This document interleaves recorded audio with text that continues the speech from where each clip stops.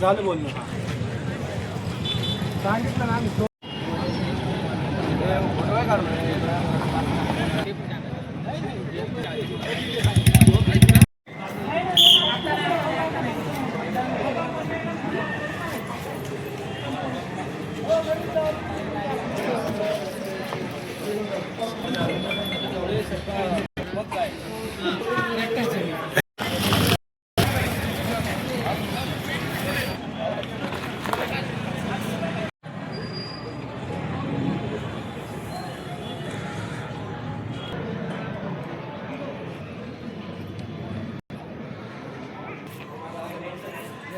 काही करून टाकायचं आहे की नाही.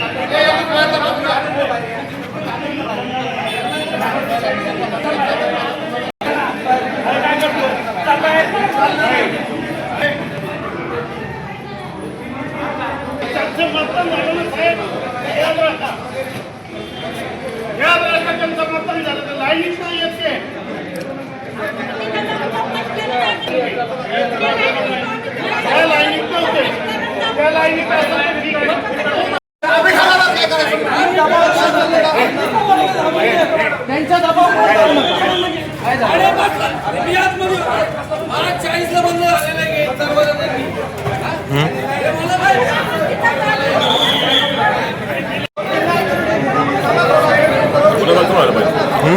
अधिकारी डीएसपी साहेब. हां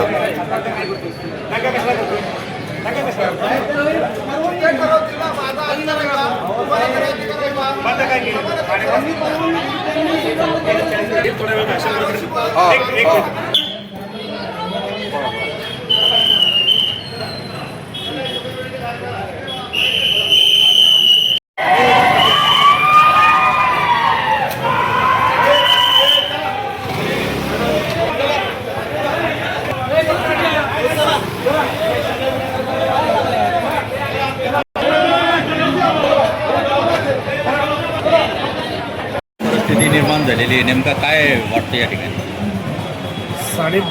सर्वसाधारणपणे निवडणूक नियमानुसार 5:30 वाजेपर्यंत जे लोक पोलिंग बूथच्या आतमध्ये असतात त्यांना चिठ्ठी दिल्या जाते. कारण 5:30 वाजता मतदान संपतो, परंतु त्यांचा मतदानाचा हक्क जाऊ नये म्हणून 5:30 वाजेपर्यंत त्यांना चिठ्ठी दिली जाते. परंतु अचानक 6:30 वाजता काही जण आले आणि आमच्याकडे चिठ्ठी असं सांगू लागले आणि घुसखोरी केली. पोलिंग बूथमध्ये घुसून संगनमताने त्यांना मतदान करायचा प्रयत्न केला गेला. आमचं म्हणणं एवढंच होतं की नियमानुसार जर 5:30 वाजायच्या आत असतील आणि त्याच बूथची त्यांच्याकडे चिठ्ठी असेल, मुळात चिठ्ठी दिल्यावर त्यांनी लाईन सोडून जाण्याचं कारण नव्हतं. चिठ्ठी दिल्यावर लाईनीतच थांबलं पाहिजे होतं. परंतु 4-5-6 महिला आल्या, पोलिंग बूथच्या बाहेर होत्या आणि अचानक आमच्याकडे चिठ्ठी असं सांगू लागल्या. हे पूर्णपणे बेकायदेशीर होतं. प्रिसाइडिंग ऑफिसरना आम्ही विनंती केली की जे लाईनीत होते त्यांनाच मतदान करून द्यावं. ते लाईनीत नव्हते, चिठ्ठी असली तरी ते लाईनीत पाहिजे होते, परंतु अचानक मी लाईनीत आहे आणि चिठ्ठी आहे माझ्याकडं असं सांगून मतदान करण्याचा प्रयत्न हा नियमाच्या विरुद्ध आहे. तर बेकायदेशीर कृत्य होऊ नये आणि भारतीय लोकशाहीला कुठल्याही प्रकारचा काळा कलंक लागू नये. अतिशय खेळीमेळीच्या वातावरणात आज मतदान झालेलं तिथले जे उमेदवार होते ते म्हणत होते की आरोहनने त्यांना परवानगी दिली होती इकडे मतदान करायला. नाही, त्या पोलिंग बूथवर मुळात नियमच असा आहे ना, तुम्ही लाईनीतच थांबलं पाहिजे ना. तुम्ही 100 मीटरच्या बाहेर येऊन म्हणणार की आम्हाला परवानगी दिली. ते म्हणतात आरोनी परवानगी दिली, तुम्ही आरोनशी बोललेत का? मग आरोनच्या कानावर घातलं की ते लाईनीत नव्हते. आमच्या समोर पोलिसांनी त्यांना सोडलं आतमध्ये. पोलिसांनी सोडल्यानंतर मी गेलो आणि मी त्यांना विचारलं की आत्ता आले आणि आत्ता आल्यानंतर असं कसं करता येईल. त्यांना प्रत्येक नागरिकाला मतदानाचा हक्क आहे, परंतु कायदेशीररित्या मतदानाचा हक्क पोलिसांनी तिथल्या लोकांना हाकललं, तुम्हाला पण हाकललं, धक्काबुक्की केली का? नाही, पोलिसांनी कोणालाही धक्काबुक्की केलेली नाही. पोलिसांनी कायदा आणि सुव्यवस्था पाळलेला आहे. कायदा आणि सुव्यवस्था राखण्याचं काम पोलिसांचं आहे. त्यांना आमचं पूर्ण सहकार्य. आता त्यांना मतदान करू दिलं जातं का नाही? असं मतदान करून दिलं तर हे भारतीय लोकशाहीवर आणि एकूण न्याय प्रक्रिये मतदान प्रक्रियेवरचा हा काळा डाग आहे. आणि हा काळा डाग करणाऱ्या अधिकाऱ्यांना आम्ही काय न्यायालयात जायचं ते करू. शेजारी शाळेमध्ये एक महिला होती, ती म्हटली माझं मतदान मी जाण्याच्या आधीच झालेलं आहे. तर ते ती मला माहिती माहिती नाही, त्याच्याविषयी माझं काही म्हणणं नाही. माझा त्याचा संबंध नाही. आणि काही शक्यता नव्हती. लोकांनी अतिशय चांगलं सहकार्य केलं आणि शांतता आणि सलोख्याच्या वातावरणावर निवडणूक व्हायची सगळ्यांची इच्छा होती. परंतु या तालुक्याचे आमदार आले आणि त्यांनी बूथमध्ये डायरेक्ट स्वतः जाऊन त्यांनी लोकांना मतदान करा असं आवाहन केलं. ते खरं तर बेकायदेशीर आहे. नियम हा सगळ्यांना सारखाच असावा. लोकप्रतिनिधी आहे म्हणून त्यांनी डायरेक्ट बूथमध्ये जाणं ते मला काही आम्हाला योग्य वाटलं नाही आणि लोकांनाही योग्य वाटलं नाही. परंतु अशा प्रकारे त्यांचा अप्रत्यक्षता दबाव होता असं म्हटलं तर वावगं ठरणार. खरं पाहिलं तर म्हणजे भारतीय जनता पार्टीचा उमेदवार हा निवडून येण्याची शक्यता म्हणजे त्यांच्या खात्रीत होती. त्यामुळे थोडंसं त्यांना ते गाजलं मला वाटतं. मराठीत ग्रामीण भागातल्या मराठीमध्ये गाजलं. त्याच्यामुळे शेवटी त्यांनी थोडंसं आक्रमक पवित्रा घ्यायचा प्रयत्न केला, परंतु लोकांनी तो हात पाडला. काय झालं होतं नेमकं या केंद्रावरती?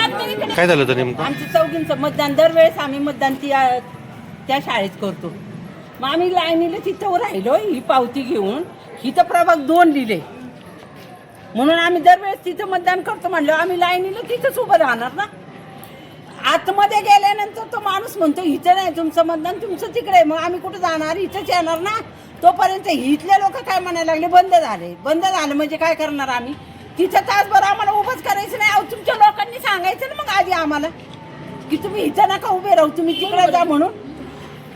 निवडणूक निर्णय अधिकाऱ्यांना फोन केला, त्यांना सांगितलं का? हा मग तुम्ही सांगितलं का, तक्रार केली का? काय माहिती सांगितलंय आबासाहेबांना की आमचं एवढे 4-5 मतदान झालंच पाहिजे. आम्हाला वोट आतमध्ये सोडलंच पाहिजे. आमचे 4-5 मतदान आमच्या गल्लीत होऊनच येणार नाही. तुम्हाला उशीर झाला का आतमध्ये जायला? आम्ही 3-4 तास आमचं मतदान झालं पाहिजे. येणार मी तुम्हाला आता सांगते. जगजाहीर सांगते सगळ्यांना. गल्लीतलं एक सुद्धा मतदान मी देऊन देणार नाही कुणाला. एक सुद्धा उमेदवार मी देऊन देणार नाही. मी आमचं वोट होऊ शकत नाही म्हणजे काय? मी आता सांगते तुम्हाला. जगजाहीर सांगा तुम्ही. एक मतदान आजमोलातले एक मतदान येऊन द्या.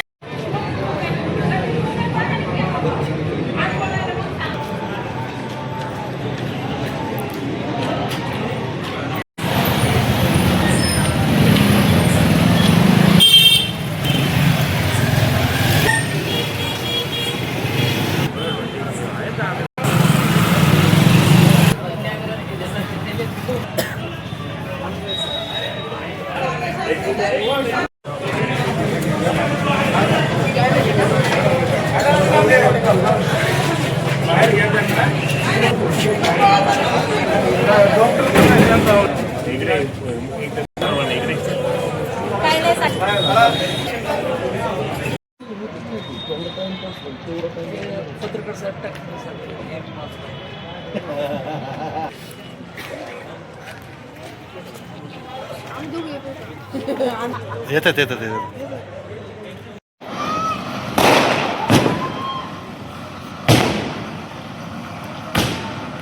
फटकले आमचं आदिवासी परिवर्तन म्हणून कुलदीप करायला विजय मिळालेला आहे. आमदार साहेबांचे, कटके साहेबांच्या माध्यमातून, अजित पवार साहेबांच्या माध्यमातून. निकाल किती तारखेला आहे? निकाल आमच्या 21 तारखेला आहे. मग आता कसं काय पटक? आज आहे ना आम्हाला विश्वास आहे. आम्हाला विश्वास आहे आमच्या गलीचं परिवर्तन होईल, आमच्या समाजाचं परिवर्तन होईल, आमच्या लोकांचं परिवर्तन होईल. म्हणजे आज विजय झाला समजायचा झालेला समजतो. म्हणून फटाके वाजले. हो, म्हणून फटाके बरं बरं बरं